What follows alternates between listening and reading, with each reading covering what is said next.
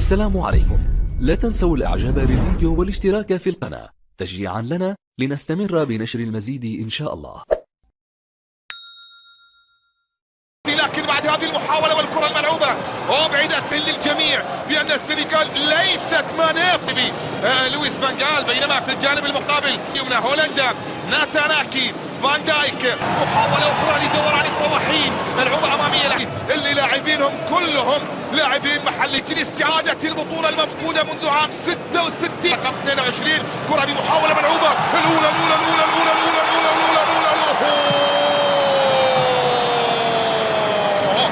لكن المنتخب الإيراني ليعلنوا الانتصار بسهولة في الافتتاح. لاعب اللي هو سابالي، عرضية داخل منطقة الجزاء. مسات هذه البطولة انطلاقا في الجهة اليمنى الشق قبل أن تواصل المشوار بعد ذلك إلى ربع النهائي العدد الأكبر من المباريات الدولية مع منتخب الهلال في بطولة كأس العالم.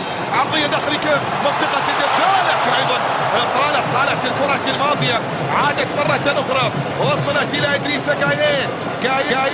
عرضية من جاييه لكن تحولت من جديد، وصلت على مشارف في منطقة الجزاء. تسديدة تأتي لكن إلى خارج أرضية الملعب، إلى خارج أرضية الملعب.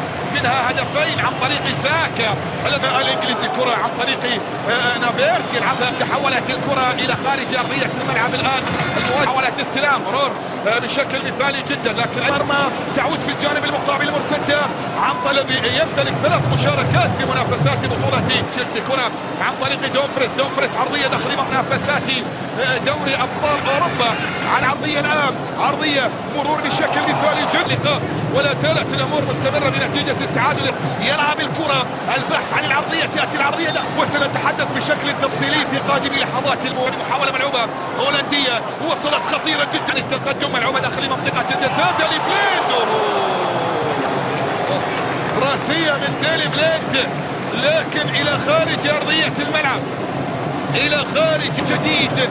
السنغال بالقوة الضاربة دعت منتخب هولندا على فشار في منطقة الجزاء. الطرف الأفضل في هذه المواجهة حتى هذه اللحظة رحيل فرانكي. لا لا لا لا لا لا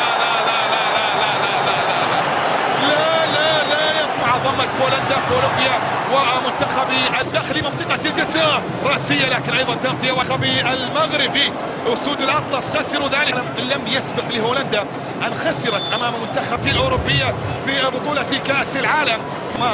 كانت ضد منتخبات أوروبية في مقابل هدف واحد.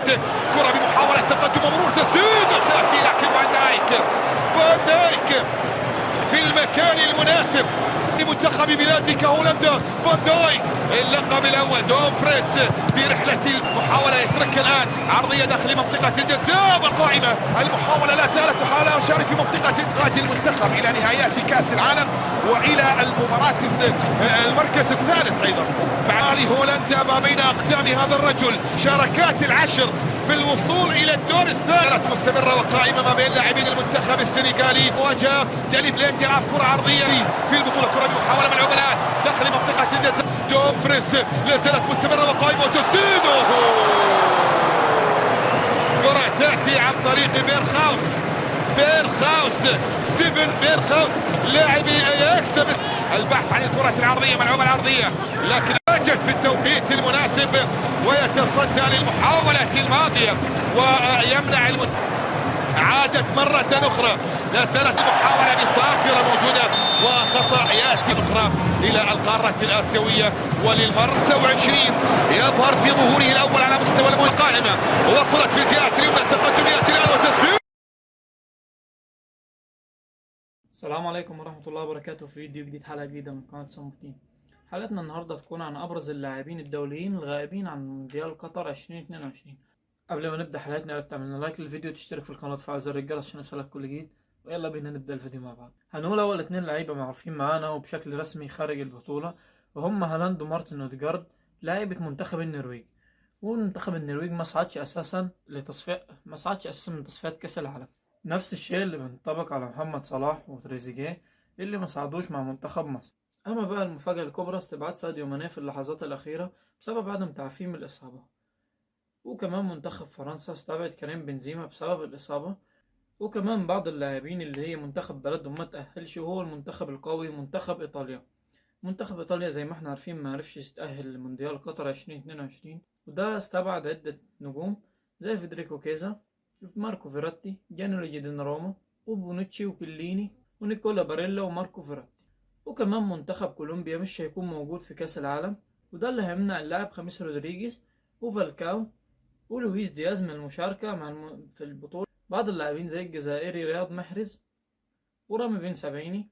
بس كده دي نهاية حلقتنا، رب تعجبك، اتمنى تعمل لايك للفيديو، تشترك في القناة وتفعل زر الجرس.